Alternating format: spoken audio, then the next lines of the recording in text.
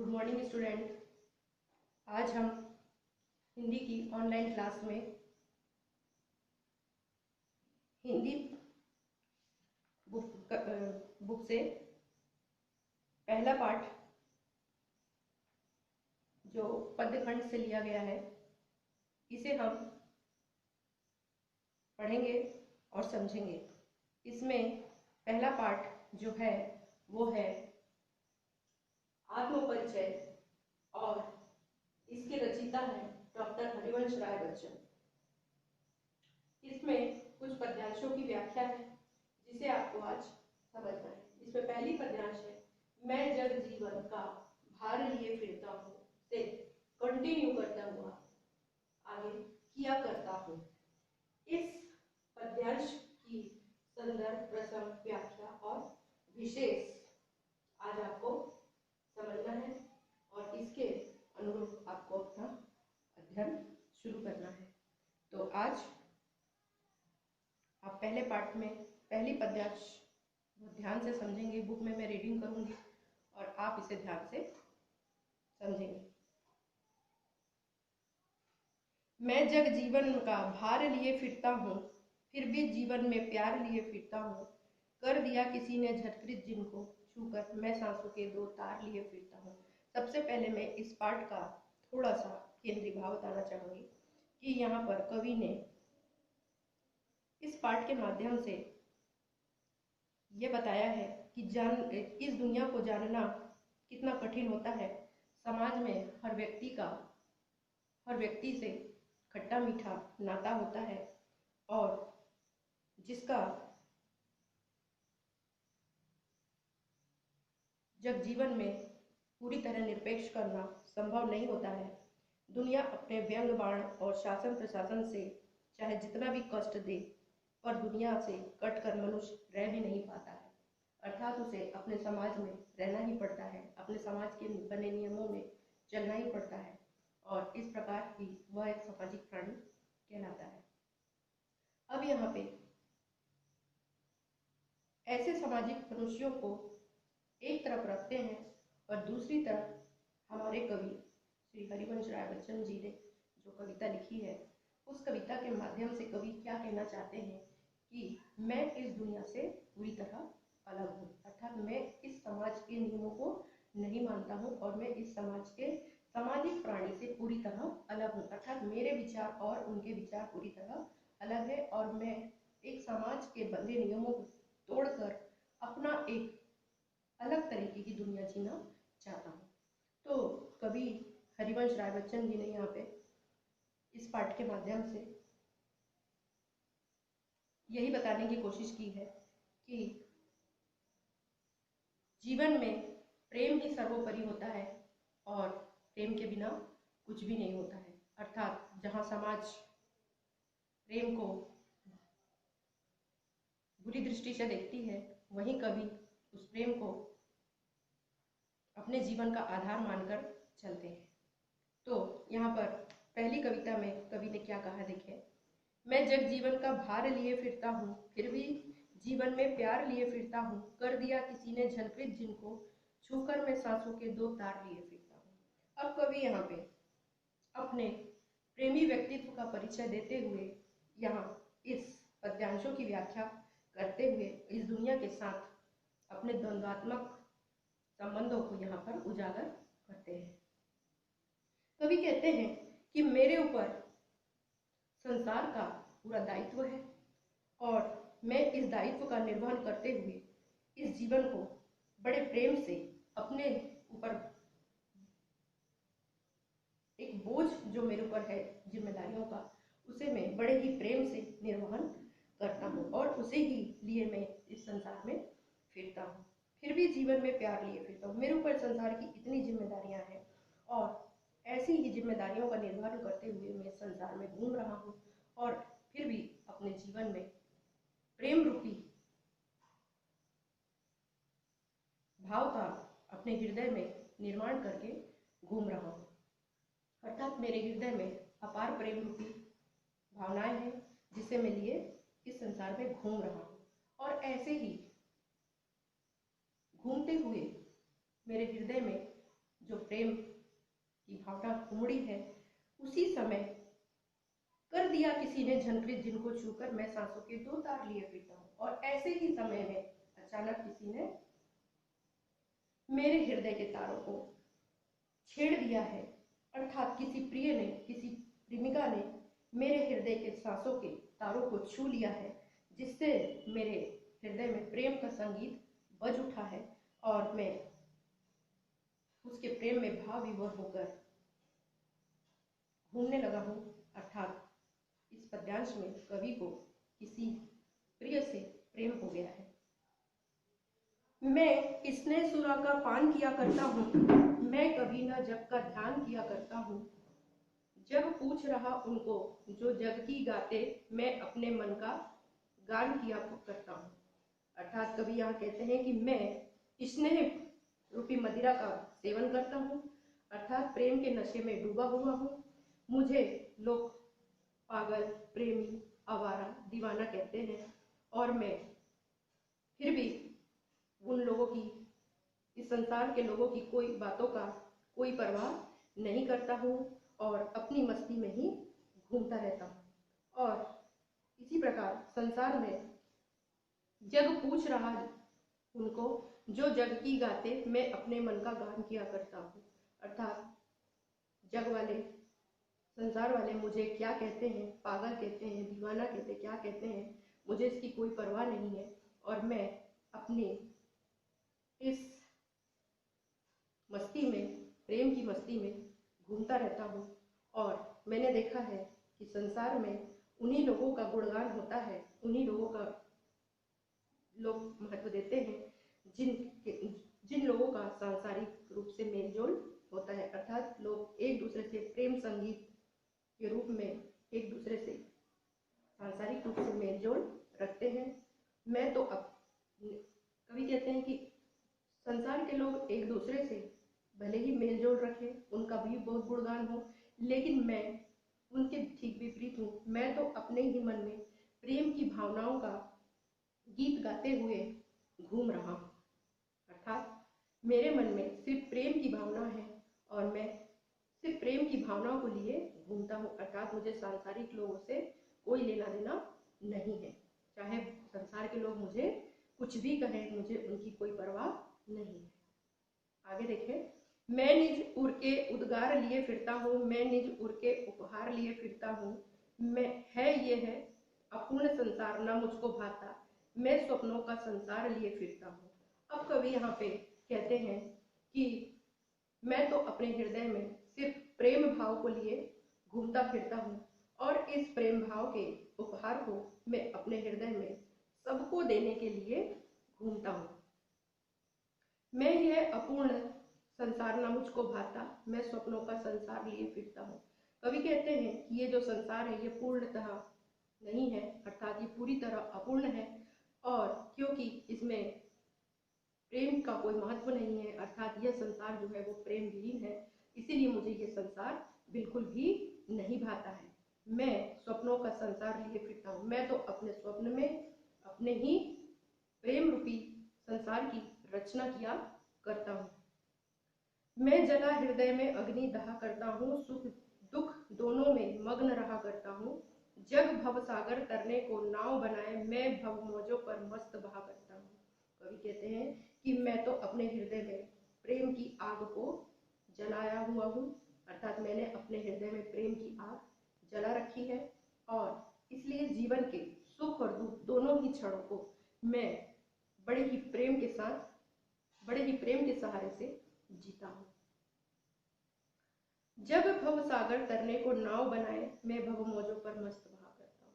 अर्थात कवि यहाँ हरिवंश राय बच्चन जी कहते हैं कि लोग इस संसार रूपी भव सागर से पार होने के लिए तरह तरह के कर्म करते हैं। कोई धर्म अनुष्ठान करता है, कोई अच्छे कर्म करता है, कोई दान करता है। हर तरीके से लोग अच्छे कर्म करके इस संसार रूपी भव सागर से पार होना चाहते हैं, लेकिन मैं अपनी भावनाओं में प्रेम रूपी नाव की मौज बनाकर, अर्थात प्रेम रूपी नाव को बनाकर इस संसार में, इस संसार सागर से, इस प्रेम रूपी नाव में सवार होकर इसे पार करना चाहता हूँ। मैं जीवन का उन्माद लिए फिरता हूँ, उन्मादों में अवसाद लिए फिरता हूँ। जो मुझको बाहर हंसा रुलाती भीतर, मैं हाय किसी की याद लिए फिरता हूँ। अब कवि ने यहाँ पे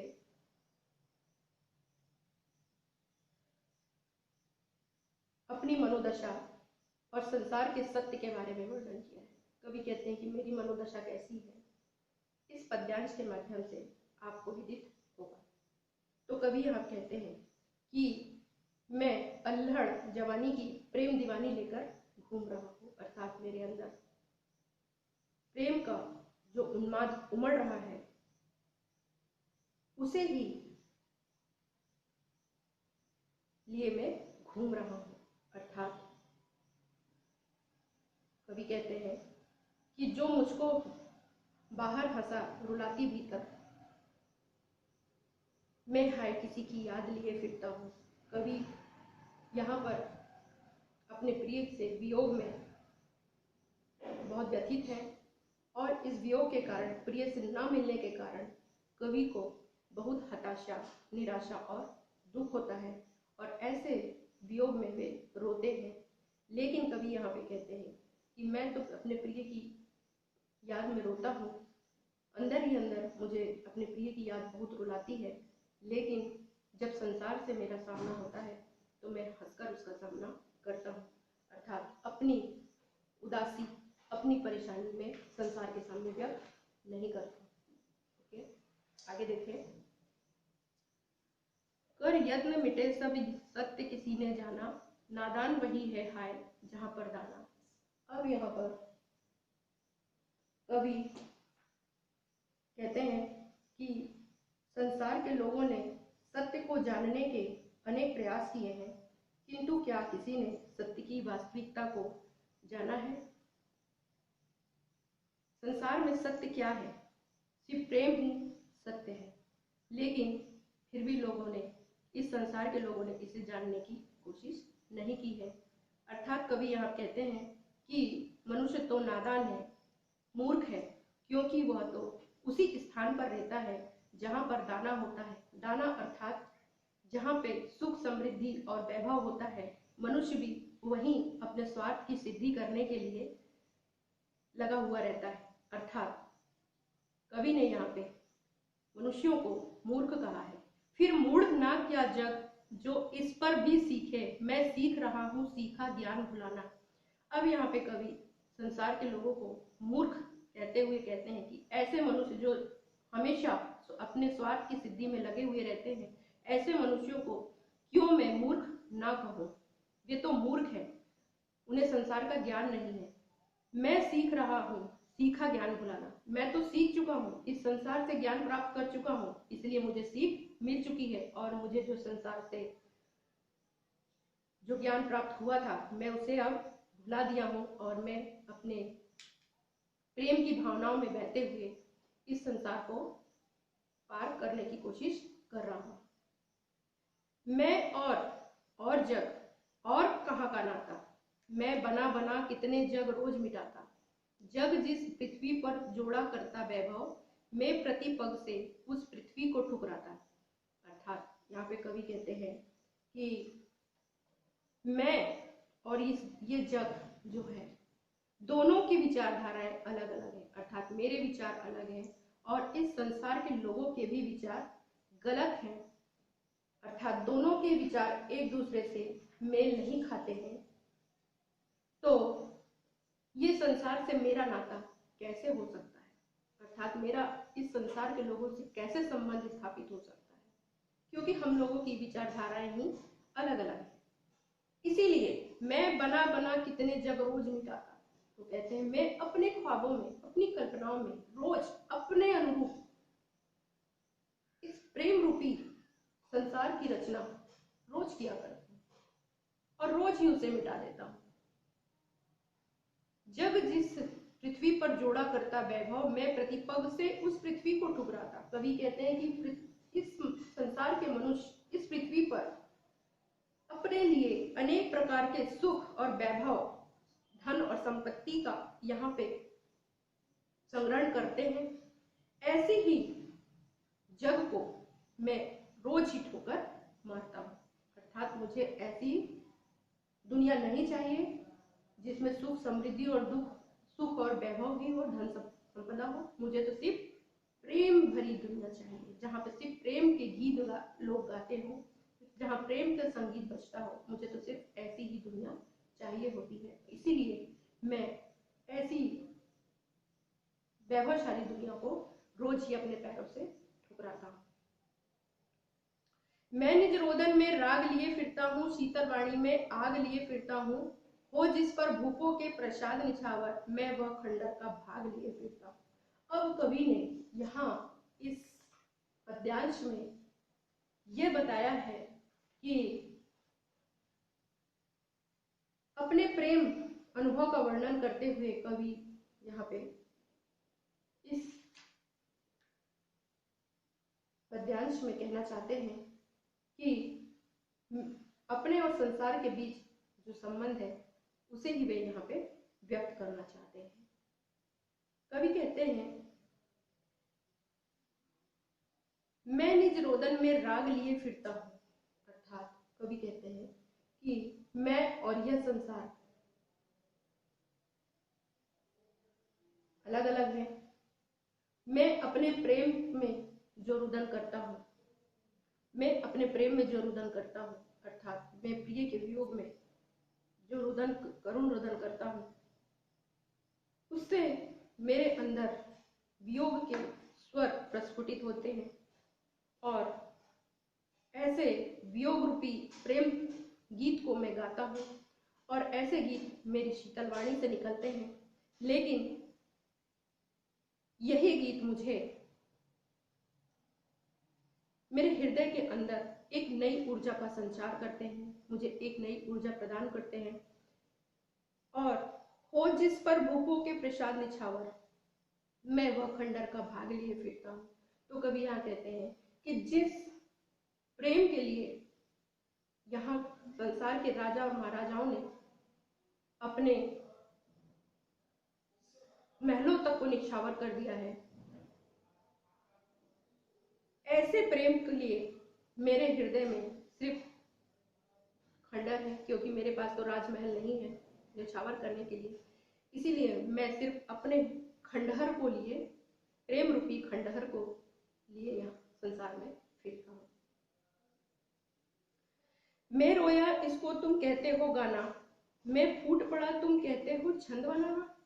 अब कवि यहाँ पे कहते हैं कि जब मैं अपने प्रिय के वियोग में रोता हूँ, प्रेम रूपी वियोग के गीत गाता हूँ, मेरे अंदर से वियोग के स्वर प्रस्फुटित होते हैं और मैं फूट फूट कर रोते हुए अपने वियोग में प्रेम रूपी गीत गाता हूँ, तब लोग मुझे एक गायक समझते हैं और मुझे मेरी कविताओं को गाना समझ के मुझे कोई गायक समझते हैं। क्यों कवि कहकर संसार मुझे अपनाए, मैं दुनिया का हूँ एक नया दीवाना। तो कवि कहते हैं कि लोग मुझे गायक समझते हैं, मैं कोई गायक नहीं हूँ, मैं तो इस संसार के लिए एक नया प्रेम दीवाना हूँ। यही मेरी इस संसार में पहचान है और इसीलिए लोग मुझे कवि समझ बैठे हैं। मैं तो इस दुनिया के लिए एक नया दीवाना हूँ, यही मेरी दुनिया के लिए पहचान है। मैं दीवानों का वेश लिए फिरता हूँ, मैं मादकता निशेष लिए फिरता हूँ, जिसको सुनकर जग झूम झुके लहराए, मैं मस्ती का संदेश लिए फिरता हूँ। अब कवि यहाँ पे कहते हैं कि मैं तो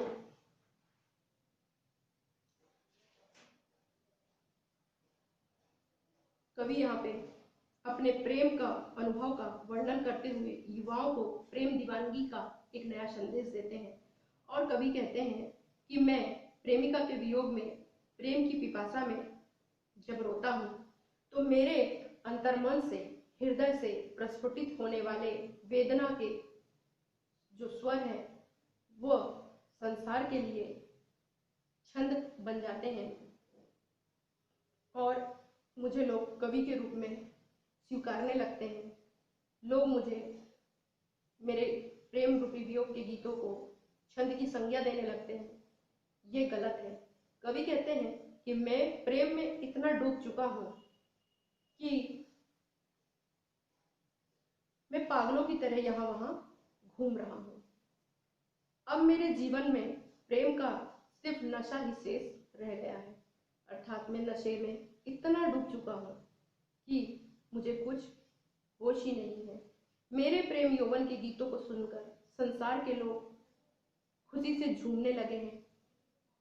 मेरी दीवानगी को देखकर लोग नतमस्तक होते हैं और मैं उन्हें प्रेम में मस्त होकर लहराने का संदेश देता हूँ। अर्थात कवि यहाँ पे सभी युवक और युवतियों को प्रेम का एक नया संदेश देते हैं और बताते हैं कि प्रेम ही जीवन में, संसार में सर्वोपरि है, इससे बढ़ के और कुछ भी नहीं है। और इस प्रकार एक नया संदेश देते हुए कवि मनुष्यों को एक नए जागरण का संदेश देते हैं, प्रेम रूपी जागरण का संदेश देते हैं और उन्हें प्रेम की भावनाओं को अपने अंदर निर्माण करने का एक नया संदेश देते हैं।